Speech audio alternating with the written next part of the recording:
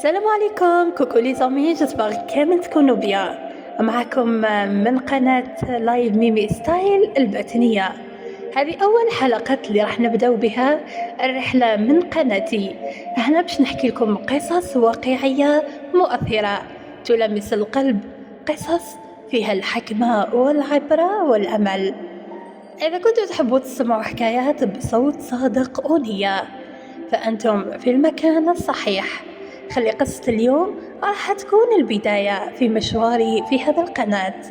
إذا لمستكم ما تبخلوش عليا بليجام وتعليقاتكم واشتراكاتكم باش يوصلكم كل ما هو جديد. قصتي لليوم جاتني من عند واحدة من الجزائر، تبعوا معايا. مرات الدنيا تحطنا في مواقف تبين معدن الإنسان الحقيقي. مش كل من يلقى كنز لازم يفرح بيه. كاين ناس قلبها مازال عامرة بالإيمان والنية الصافية، تخاف ربي كثر ما تغريها هذا الدنيا. اليوم راح نحكي لكم على واحد السيدة من الجزائر، كانت ما بين المطرقة والسندان، الفقر والديون وهم هذا الدنيا. لكن رغم هذا دارت موقف والله يقف له كل إنسان. خليكم معايا للنهاية باش تعرفوا واش دارت هذا الإنسانة. قصتنا بدات في حي شعبي من أحياء الجزائر العاصمة. سيدة تحكي لنا واش صار لها في يوم من الأيام خلاف هذوك المرات. بعد ما خرجت هذا السيدة في طريقها لقات واحد السرة صغيرة ملفوفة في قماش. تحيرت، قالت يا ترى وش هي هذه؟ قربت لها وهزتها، وما إن فتحتها يا سبحان الله فيها وزن معتبر من الذهب، من خلاخل، سلاسل، خواتم، المحازم.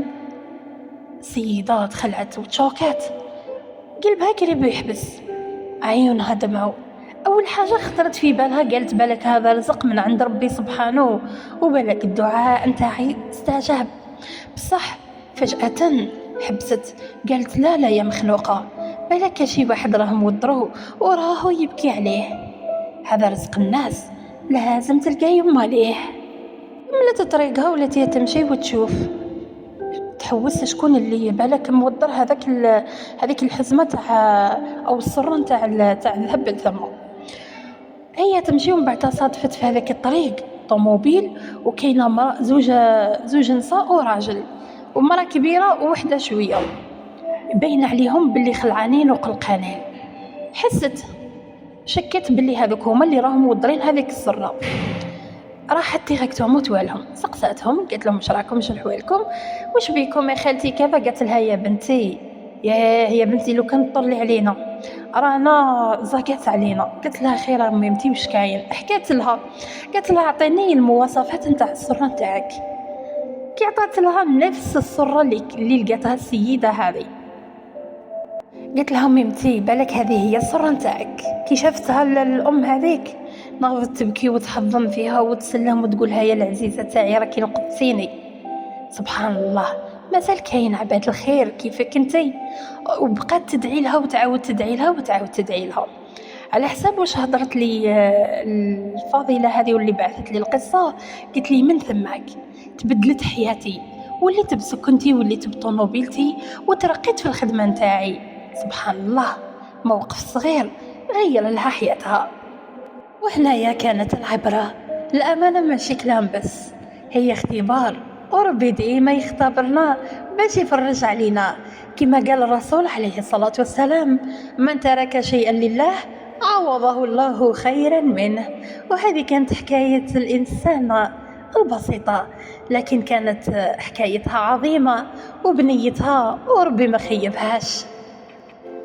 وصلنا لختام هذا الحصة. إذا عجبكم هذا الفيديو ما تنسوش ديروا لي جيم وبارطاج باش توصلكم العبرة لأكبر عدد من الناس. خليوا لي تعليقاتكم وخلينا باش نعرفوا واش كنتوا راح ديروا في بلاصة خديجة. ما تنسوش تشتركوا لنا في القناة، وبإذن الله نلقاكم في قصة جديدة وعبرة جديدة من لايف ستايل ميمي الباتنية. تهلاو لي في روحكم. السلام عليكم.